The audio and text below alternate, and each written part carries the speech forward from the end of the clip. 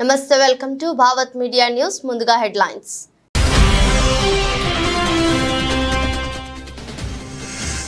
ఘనంగా నెల్లూరు జిల్లాలోని విక్రమసింహపురి విశ్వవిద్యాలయం స్నాతకోత్సవం.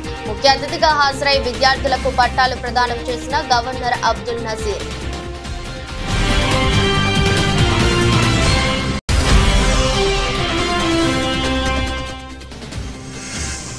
మహబూబాబాద్ జిల్లా కేంద్రంలో మార్నింగ్ వాకర్స్ ను కలిసిన కాంగ్రెస్ ఎమ్మెల్సీ అభ్యర్థి తీన్మార్ మల్లన్న. తనకు ఓటు వేసి గెలిపించాలని విజ్ఞప్తి.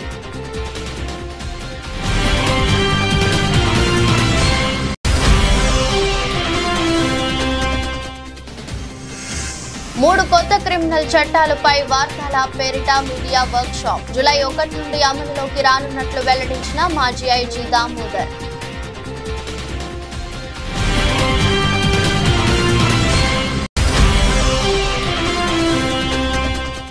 సుచిత్ర పరిధిలో శ్రీ చైతన్య స్కూల్ ను సీజ్ చేసిన కుత్బుల్లాపూర్ ఎంయూ వసంత కుమారి. విద్యాశాఖ అనుమతులు లేకుండా ఎవరైనా పాఠశాల నిర్వహిస్తే కఠిన చర్యలు తప్పవని హెచ్చరిక.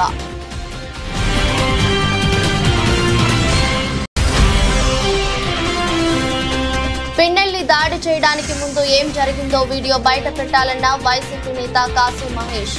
మాచర్లలో టీడీపీ రిగ్గింగ్ చేస్తేనే పిన్నెల్లి ఈవీఎం ను ధ్వంసం చేశారని వివరణ.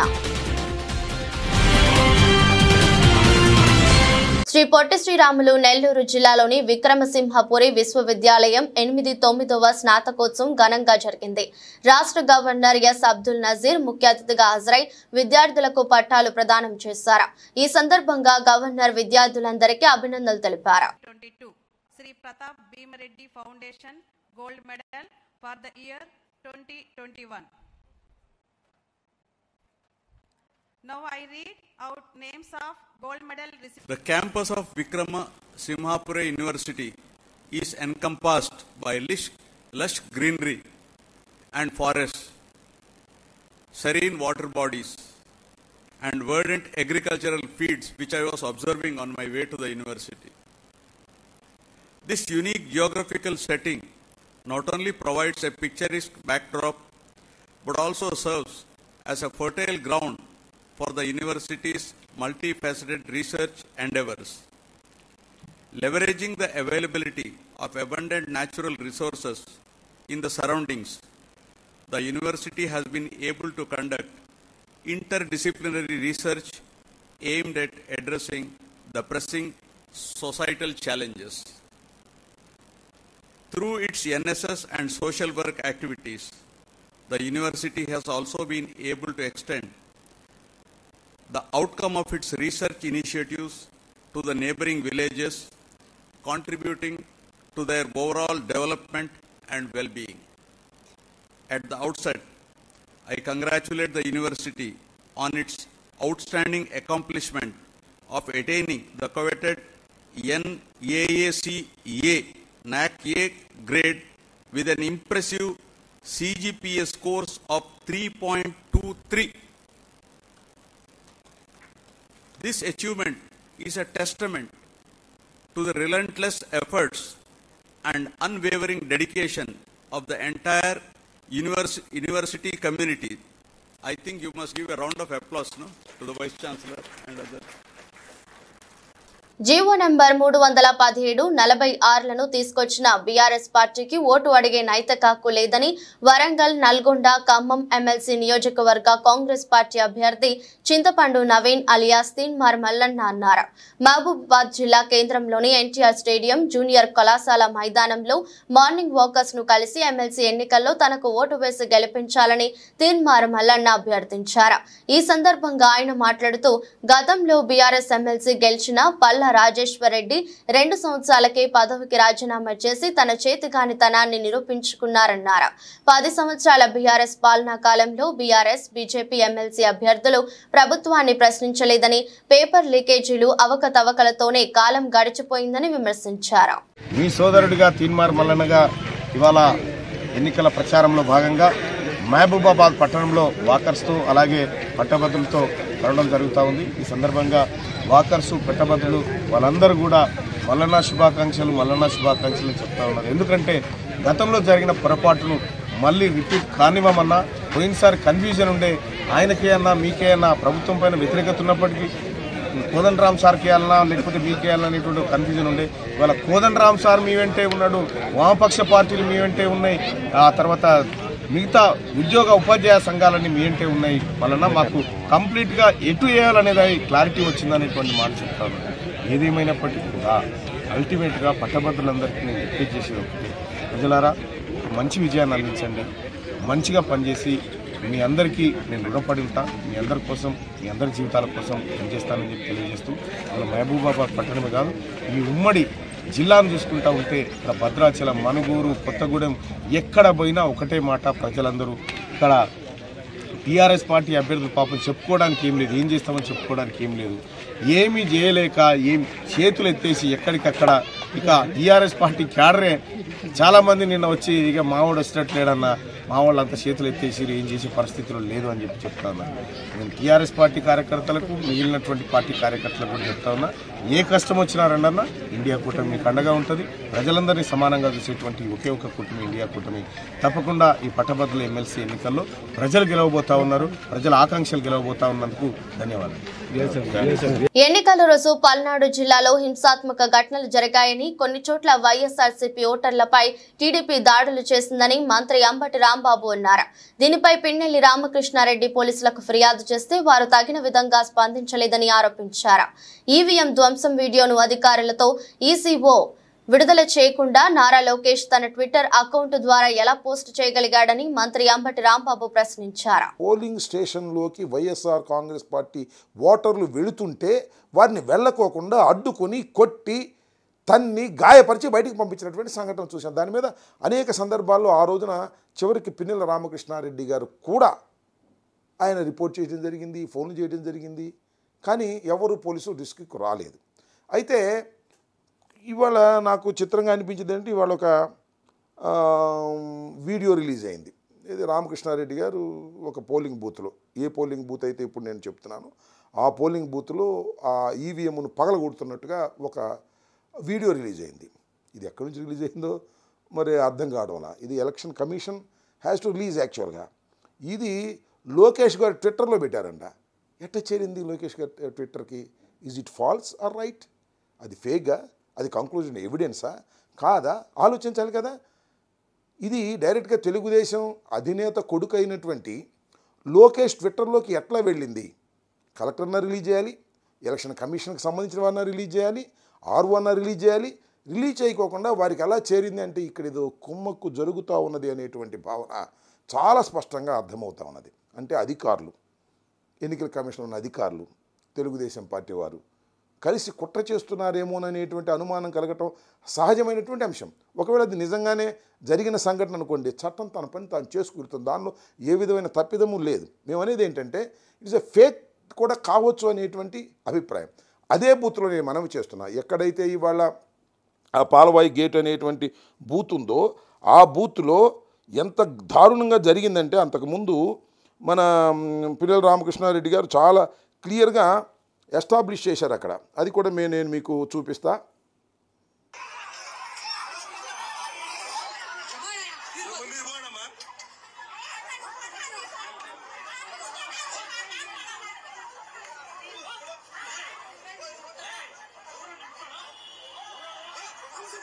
మూడు కొత్త క్రిమినల్ చట్టాలపై వార్తాల పేరిట మీడియా వర్క్ షాప్ నిర్వహించిన పిఐబి కొత్తగా రూపొందించిన 3 చట్టాలు భారతీయ న్యాయ సంహిత, భారతీయ నాగరిక సురక్ష సంహిత మరియు భారతీయ సాక్ష్య అధినియం. ఈ 3 చట్టాలు రానున్న జూలై 1, 2024 నుండి అమలులోకి రానున్నాయి. ఈ 3 చట్టాలు భారత శిక్షా స్మృతి IPC 1860, criminal procedure code CrPC 1973 మరియు ఇండియన్ ఎవిడెన్స్ యాక్ట్ 1872లను రీప్లేస్ చేయనున్నాయి. ఈ 3 కొత్త క్రిమినల్ చట్టాలలో సమకాలీన కాలం మరియు వాడుకలో ఉన్న సాంకేతికతలకు అనుగుణంగా అనేక కొత్త నిబంధనలు చేర్పించడం జరిగింది. ఆంధ్రప్రదేశ్ ఐపీఎస్ రిటైర్డ్ మరియు మాజీ ఐజీ ఆఫ్ పోలీస్ అయిన ఈ దామోదర్ ఈ సమావేశంలో ప్రసంగిస్తూ సమర్పించిన క్రిమినల్ చట్టాలు మారుతున్న కాలానికి అవసరాలకు అనుగుణంగా సవీకరించబడ్డాయని తెలిపారు. ఈ చట్టాలన్నీ కూడా బ్రిటిష్ వాళ్ళు మనల్ని కంట్రోల్ చేయడానికి, పాలకులమైనటువంటి మనల్ని కంట్రోల్ చేయడానికి 150 సంవత్సరాల క్రితం ఇచ్చారు. 1947 సంవత్సరంలో భారత స్వాతంత్రోద్యమ చట్టము, ఇండియన్ ఇండిపెండెన్స్ యాక్ట్ చేసినప్పుడు అన్ని చట్టాలు రివైజ్ చేయలేరు కాబట్టి all the laws existing in India as on the date of the Independence Day are deemed to be in existence till such time they are repealed by the appropriate body అన్నారు. తిరిగి వాటిని మార్చేంత వరకు ఏ చట్టాలైతే భారతదేశంలో ఉన్నాయో అవన్నీ కూడా ఉంటాయని ఇండియన్ ఇండిపెండెన్స్ యాక్ట్ లో చెప్పారు. అందువల్ల ఇవి కంటిన్యూ అవుతున్నాయి అన్నమాట. పోలీసు వ్యవస్థ కూడా కలోనియల్ ఉండడానికి కారణం ఏంటంటే మేము ఇప్పటికి కూడా ఇండియన్ పోలీస్ యాక్ట్ 1861 ద్వారానే ఉంటున్నాం. ఆ దిశలు కూడా అది. సో ఈ 3 చట్టాలను 150 సంవత్సరాలకు ముందు పెట్టారు. అవి ఎందుకు పెట్టారు? బానిసలమైనటువంటి మనల్ని పాలకులు అణిచివేయడానికి చేశారు. అందువల్ల అది నేరస్తులకు అనుకూలంగా ఉంది. ఎవరు నేరస్తులు? మన పాలకులు నేరస్తులు, అంటే బ్రిటిష్ వాళ్ళు. దీన్ని తీసేయాలనేది ఉద్దేశం. 1955 సంవత్సరం నుంచి కూడా ఈ డిమాండ్ ఉంది. 5th law commission chairman KV Sundaram గారు మొట్టమొదటిసారిగా ఈ 3 చట్టాలని మార్చాలని నినాదం తీసుకొచ్చారు. అంటే అనేక మంది చెప్తూ కూడా వచ్చారు. తర్వాత అటల్ బిహారీ వాజ్పేయి గారు ప్రధానమంత్రిగా ఉన్నప్పుడు అప్పటి deputy prime minister LK Advani గారు మలిముత్తు కమిటీ అని ఒక కమిటీని పెట్టారు. వాళ్ళు చాలా ఎగ్జాస్టివ్ గా స్టడీ చేసి చాలా సమగ్రమైన మౌలికాంశాల్లో మార్పులు తేవడం చక్కటి రిపోర్టు కూడా ఇచ్చారు. అయితే అటల్ బిహారీ వాజ్పేయి గవర్నమెంట్ మీకు తెలుసు కదా, 13 రోజులు అది ఎక్కువగా అది ఉన్నందువల్ల అవి ఎందుకు మాచర్లలోని పాల్వాయి గేటు పోలింగ్ కేంద్రంలో టీడీపీ నేతలు రిగ్గింగ్ చేశారని, అందుకే ఎమ్మెల్యే పిన్నెల్లి రామకృష్ణారెడ్డి ఈవీఎంను ధ్వంసం చేశారని వైసీపీ నేత గురజాల ఎమ్మెల్యే కాసు మహేష్ అన్నారు. ఆయన మీడియా సమావేశంలో మాట్లాడుతూ ఈ ఘటనపై ఎంతవరకైనా వెళ్తామన్నారు. మాచర్లలో రిగ్గింగ్ జరిగిన మాట వాస్తవమన్నారు. పిన్నెల్లి ఈవీఎంను ధ్వంసం చేసిన ఒక్క వీడియో మాత్రమే ఎందుకు బయటకు వచ్చిందని, అన్ని వీడియోలు కూడా బయట పెట్టాలని డిమాండ్ చేశారు. పోలింగ్ స్టేషన్ లోపలే కాదు బయట కూడా ఏం జరిగిందో తెలియాలన్నారు. పిన్నెల్లి దాడి ఘటనకు 2-3 గంటల ముందు ఏం జరిగిందో వీడియో విడుదల చేయాలన్నారు. మాచర్ల నియోజకవర్గంలోని పలు ప్రాంతాల్లో రిగ్గింగ్ జరిగిందని తెలిపారు. కాబట్టి ఎన్నికల సంఘం అన్నిటిపై చర్యలు తీసుకోవాలన్నారు. మాచర్లలో అల్లర్లకు కారణం ఎవరు రెచ్చగొట్టారో తెలియాలంటే వీడియోలు బయటకు రావాలన్నారు. ఈసీ తమకు న్యాయం చేయాలని, లేదంటే విశ్వసనీయత పొందుతుందని హెచ్చరించారు. అధికారులను బదిలీ చేశారంటే పోలింగ్ నిర్వహణలో ఎవరు విఫలమయ్యారో తెలిసిపోతుందన్నారు. 4 సార్లు మాచర్లలో గెలిచిన వ్యక్తి పిన్నెల్లి రామకృష్ణారెడ్డి గారు. తెలుగుదేశం అధికారంలో ఉన్నప్పుడు, జగన్మోహన్ రెడ్డి గారు ముఖ్యమంత్రిగా ఉన్నప్పుడు కాదు, తెలుగుదేశం చంద్రబాబు నాయుడు గారు అధికారంలో ముఖ్యమంత్రిగా ఉన్నప్పుడు అక్కడ జనబలంతో గెలిచిన వ్యక్తి రామకృష్ణారెడ్డి గారు. ఎటువంటి తప్పులు లేకుండా సక్రమంగా జరిగినప్పుడే ప్రజాబలంతో గెలిచాడు. ఈరోజు ఎందుకు గెలవకుండా ఉంటాడు? ఆలోచించండి. ఈ రోజున ఒక ఈవీఎం వీడియో తీసుకొచ్చి పిన్నెల్లి రామకృష్ణారెడ్డి గారు ఇరగ్గొట్టాడు, ఆయన తప్పు చేశాడు అని ఎత్తు చూపుతున్నారు. సరే, ఆ ఘటన పక్కన పెడదాం. ఎలక్షన్ కమిషన్ వారు దాదాపు 7-8 చోట్ల ఈ ఈవీఎం మెషిన్లు ఇరగ్గొట్టారు, వాళ్ళ మీద కేసులు పెట్టాము అని చెప్తున్నారు. మరి ఆ వీడియోలు ఎందుకు బహిర్గతం చేయట్లేదు? ఎందుకు ఒక్క వీడియోనే బయటకు వస్తుంది? ఎందుకు తెలుగుదేశం ఇరగ్గొట్టిన వీడియోలు లేదు? అన్ని ఏది అయితే కంప్లైంట్స్ వచ్చినాయో, ఇటు వైఎస్ఆర్సీపీ తరఫున కావచ్చు, అటు టీడీపీ తరఫున కావచ్చు, ఎందుకు ఆ వీడియోలు మీరు బహిర్గతం చెయ్యరు? అసలు వీడియో కెమెరాలు పెట్టింది ఎందుకు? బూతుల్లో ఏమన్నా తప్పులు జరిగితే తెలుసుకోవడానికి. ఆ తప్పులు జరిగినాయని గత 10 రోజుల నుంచి తుమురుకోడు గాని, వెల్దుర్తి గాని, చింతపల్లి గాని, వేపకంపల్లి గాని, ఒప్పిచెర్ల గాని రిగ్గింగులు జరిగినాయి. అక్కడ ఏజెంట్లను లాగేశారు, క్లియర్ గా కనపడుతున్నాయి. ఈరోజు కొంతమంది వైఎస్ఆర్ నాయకులు ఆ వీడియోలు చూపెట్టారు. ఇదే పాలవాయి గేట్ లో మా ఏజెంట్లను బయటకు తీసుకొచ్చి కొడుతుంటే వాళ్ళని కన్సోల్ చేసింది రామకృష్ణారెడ్డి గారు. మరి అది లాగుతున్న వీడియోలు ఎందుకు చూపెట్టట్లేదు? అదే పాలవాయి గేట్ లో ఈ ఘటన ఏదైతే ఈవీఎం ఇరగ్గొట్టిన ఘటన కన్నా ముందు ఏం జరిగింది, ముందు 2-3 గంటలు ఏం జరిగిందో ఎందుకు బహిర్గతం చేయట్లేదు? తీయండి, అన్ని వీడియోలు తీయండి.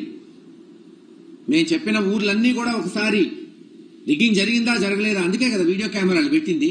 మేడ్చల్ మల్కాజ్గిరి జిల్లా సుచిత్ర పరిధిలోని శ్రీ చైతన్య స్కూల్ ను కుత్బుల్లాపూర్ విద్యాశాఖ మండలాధికారి వసంత కుమారి సీజ్ చేశారు. ఎటువంటి అనుమతులు లేకుండానే శ్రీ చైతన్య స్కూల్ ను యాజమాన్యం ప్రారంభించారు. దాదాపు 160 మంది విద్యార్థుల తల్లిదండ్రుల నుంచి అడ్మిషన్స్ పేరిట డబ్బులు వసూలు చేశారు. 6వ తరగతి నుండి 10వ తరగతి వరకు ఈ అడ్మిషన్లు జరిగాయి. కనీస ఫీజు 2024-2025 విద్యా సంవత్సరానికి 1,30,000 రూపాయలు ఫీజులు చేశారు. దీంతో శ్రీ చైతన్య స్కూల్ పై విద్యాశాఖ అధికారులు చర్యలు తీసుకున్నారు. విద్యాశాఖ అనుమతులు లేకుండా ఎవరైనా పాఠశాల నిర్వహించినా అడ్మిషన్స్ పేరిట డబ్బులు వసూలు చేసినా కఠిన చర్యలు తప్పవని విద్యాశాఖ మండల అధికారి హెచ్చరించారు. అయితే ఇప్పుడు పాఠశాల సీజ్ అవ్వడం, కొంతమంది విద్యార్థుల అడ్మిషన్లు పూర్తి కావడం వంటివి చూస్తుంటే విద్యార్థుల పరిస్థితి ఏమిటి అనేది ప్రశ్నార్థకమే.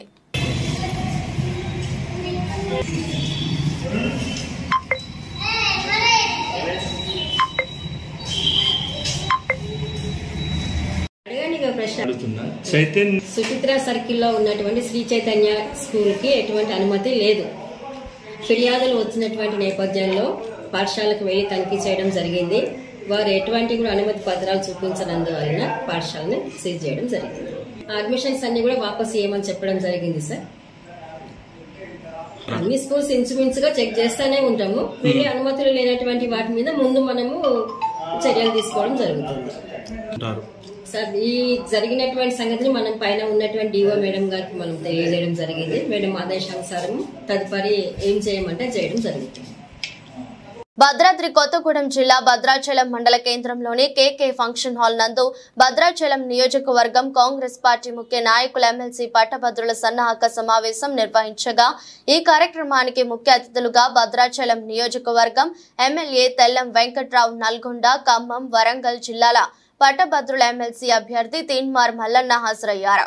ఈ సందర్భంగా భద్రాచలం శాసనసభ్యులు డాక్టర్ తెల్లం వెంకట్రావు మాట్లాడుతూ ఈ 27వ తారీఖున జరిగే పట్టభద్రుల ఎన్నికల్లో మొదటి ప్రాధాన్యత ఓటు వేసి మన కాంగ్రెస్ పార్టీ అభ్యర్థి శ్రీ తీన్మార్ మల్లన్న గెలిపించాలని కోరారు.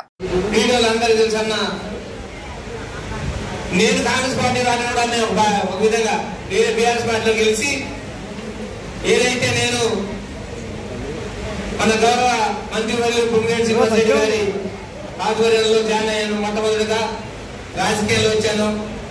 ఆ రాజకీయం నుండి అన్నతోనే నడిచాను, శ్రీనివాసరెడ్డి గారితోనే.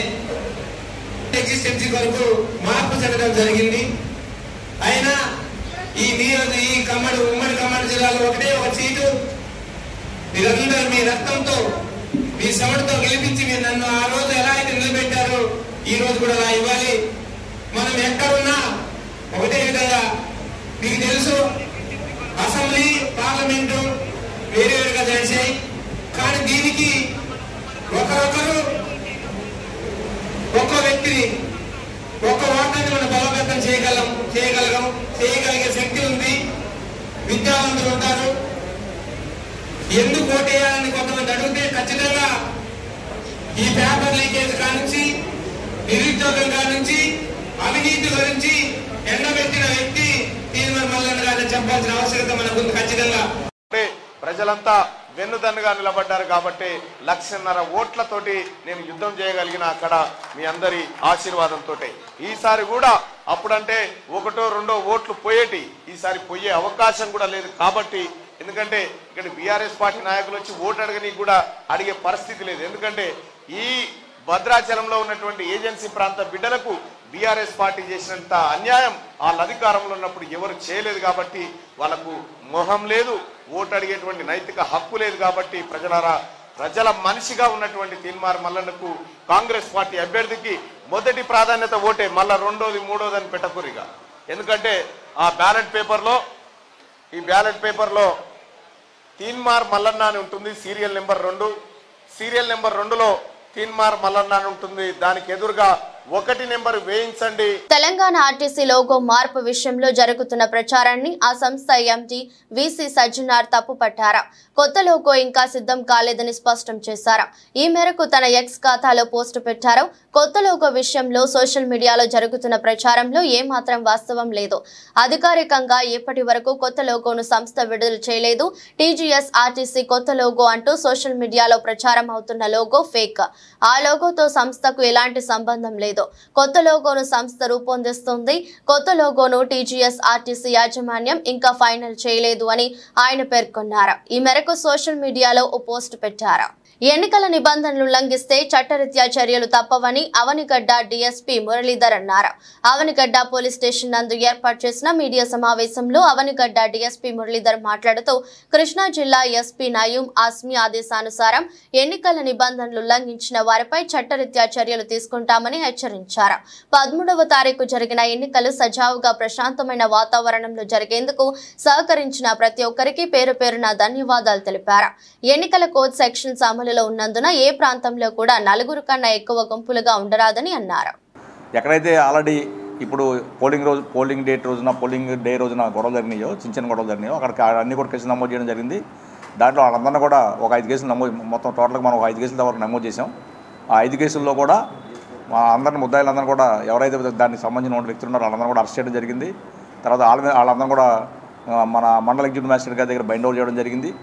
తర్వాత దాంట్లో ఎవరైతే బాగా అగ్రెసివ్గా ఉండి ఎవరైతే యాక్టివ్గా ఆ గొడవలు కారణమయ్యారని చెప్పి మనం గమనించామో వాళ్ళ మీద కూడా రౌడీ షీట్లు కూడా ఓపెన్ చేయడానికి ప్రపోజల్ జరుగుతుంది.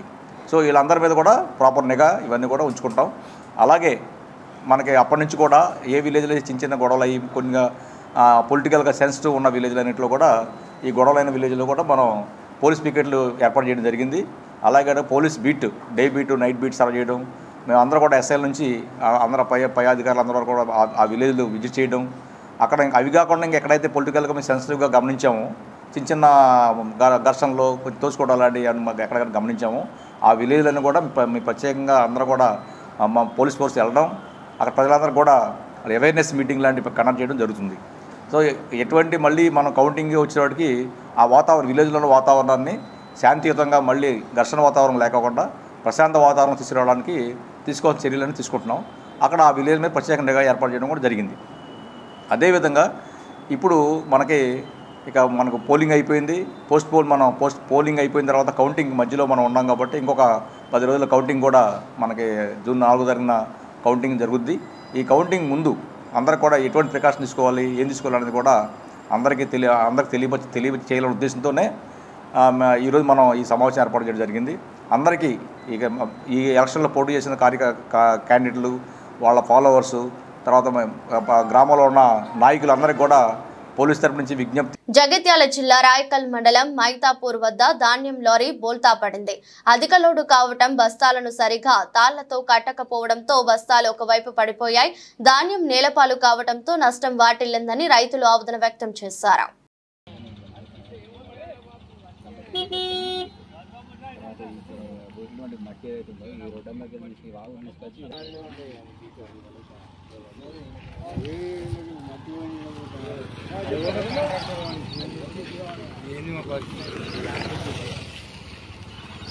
నల్గొండ, వరంగల్, ఖమ్మం గ్రాడ్యుయేట్ ఎమ్మెల్సీ ఉప ఎన్నికల్లో బీఆర్ఎస్ పార్టీ అభ్యర్థి ఏనుగుల రాకేష్ రెడ్డికి జేడి లక్ష్మీనారాయణ తన మద్దతు తెలిపారు. ఏనుగుల రాకేష్ రెడ్డికి ఓటు వేసి గెలిపించాలని పట్టభద్రులను ఆయన కోరారు. రాజకీయాల్లో యువతరాన్ని, నీతి నిజాయితీ ఉన్న వ్యక్తుల్ని రావాలని నేను ఎప్పుడూ కోరుకుంటుంటాను. ఒక వ్యాపారంలో ఒక వ్యక్తి నష్టపోతే ఆ వ్యాపారి నష్టపోవచ్చు, లేకుంటే కొంతమంది నష్టపోవచ్చు. ఒక వ్యక్తి ఆరోగ్యం చెడిపోతే ఆ వ్యక్తి నష్టపోతాడు. కానీ రాజకీయాల్లోకి మోసగాళ్లు, స్వార్థపరులు, అవినీతితో కూడిన వాళ్లు వస్తే మొత్తం సమాజమే నష్టమవుతుంది. అందువల్ల మనకు కావాల్సింది సమాజం కోసం నిలబడి పనిచేసే నాయకులు, అది కూడా యువతరం చాలా ముఖ్యం. ఉమ్మడి ఖమ్మం, వరంగల్, నల్గొండ జిల్లాలో పట్టభద్రుల అభ్యర్థిగా గ్రాడ్యుయేట్ కాన్స్టిట్యుయెన్సీలో నా మిత్రుడు, సుపరిచితుడు శ్రీ ఏనుగుల రాకేష్ రెడ్డి అభ్యర్థిగా పోటీ చేస్తున్నాడు. సామాన్య రైతు కుటుంబంలో పుట్టి ఆ తర్వాత బిట్స్ పిలాని లాంటి సంస్థకు వెళ్లి గోల్డ్ మెడల్ సంపాదించి అమెరికా లాంటి దేశాల్లో వెళ్లాల్సిన అవకాశం ఉన్నా కూడా వాటిని వదులుకొని సమాజం కోసం రాజకీయాల్లోకి వచ్చాడు రాకేష్ రెడ్డి. వరదల సమయంలో కానీ మిగతా అనేక సందర్భాలలో యువతరానికి ఉద్యోగాలు కల్పించడంలో ముందడుగు వేస్తూ సమాజానికి ఎంతో పాటుపడ్డాడు రాకేష్ రెడ్డి.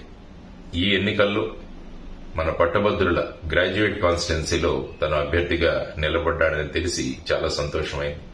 అందువల్ల మీ అమూల్యమైన ఓటు మొదటి ప్రాధాన్యత సీరియల్ నంబర్ 3లో ఉన్న ఏనుగుల రాకేష్ రెడ్డికి వేసి అఖండ మెజారిటీతో ఆయన్ను గెలిపించడం కాదు, మనల్ని మనం గెలిపించుకుందామని మీ అందరికీ విన్నపం చేస్తున్నాను. ధన్యవాదాలు. నమస్కారం. జై హింద్.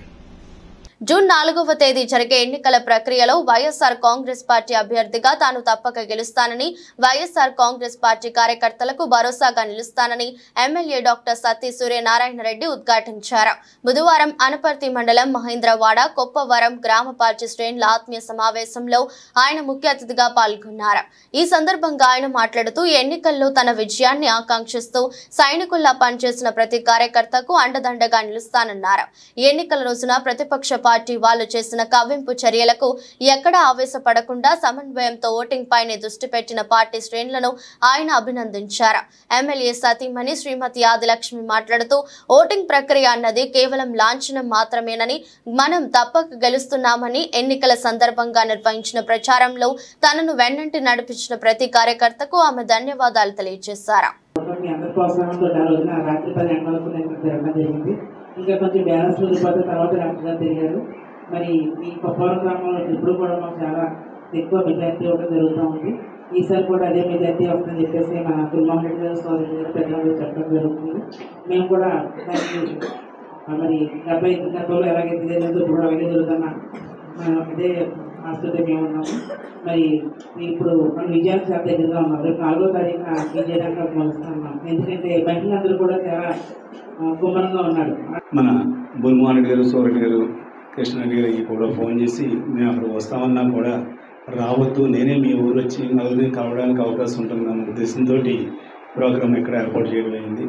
మరి ఈ రకంగా ఇక్కడ రావడానికి కూడా ముఖ్య కారణం ఎవరైతే బూత్ ఏజెంట్లుగా పనిచేశారో వాళ్ళ ఉండే, లేదంటే బూత్ కన్వీనర్లో ఉండే, సచివాలయం కన్వీనర్లో ఉండండి, గ్రామంలో ఉండే నాయకులు ఉండండి, వాళ్ళందరినీ కూడా ప్రత్యక్షంగా కలిసి ధన్యవాదాలు చెప్పడానికి ఈరోజు ఈ కార్యక్రమం. ఎందుకంటే మరి ఎలక్షన్ ముందు క్యాన్వాసింగ్లోనేటి మండు టెంట్లో అందరూ కూడా తమ సొంత ఎలక్షన్లకి మీరందరూ కూడా భావించి పనిచేసినందుకు ప్రత్యేకంగా మరి ధన్యవాదాలు తెలియజేస్తూ, మరి ముఖ్యంగా మీ అందరినీ కూడా మరి నడిపిస్తున్నటువంటి మన బుల్మోహన్ రెడ్డి అవనండి, సోరెడ్డి అవనండి, లేదంటే శనిరెడ్డి గారు అవ్వండి, అదేవిధంగా కృష్ణారెడ్డి గారు అవ్వండి, సరెడ్డి గారు అవ్వండి, మిగతా పెద్దలు అవ్వండి, అందరూ కూడా మరి సహకరించారు. పేరు పేరున అందరికీ కూడా ధన్యవాదాలు చెప్పడానికి కూడా ఇక్కడికి రావడం జరిగింది. వార్తలు ముగించే ముందు మరోసారి హెడ్లైన్స్.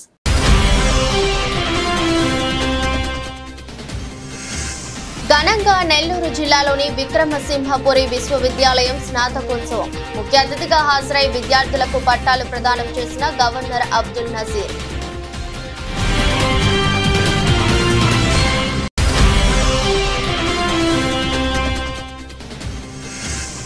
మహబూబాబాద్ జిల్లా కేంద్రంలో మార్నింగ్ వాకర్స్ ను కలిసిన కాంగ్రెస్ ఎమ్మెల్సీ అభ్యర్థి తీన్మార్ మల్లన్న.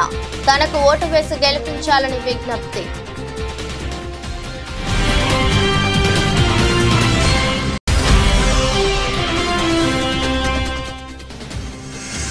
మూడు కొత్త క్రిమినల్ చట్టాలపై వార్తాల పేరిట మీడియా వర్క్ షాప్ జూలై 1 నుండి అమలులోకి రానున్నట్లు వెల్లడించిన మాజీ ఐజీ దామోదర్.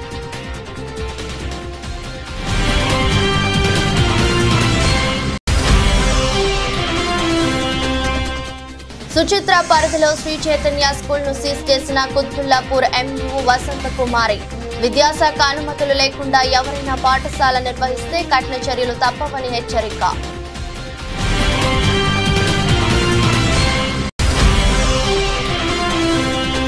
పిన్నెల్లి దాడి చేయడానికి ముందు ఏం జరిగిందో వీడియో బయట పెట్టాలన్న వైసీపీ నేత కాశీ మహేష్.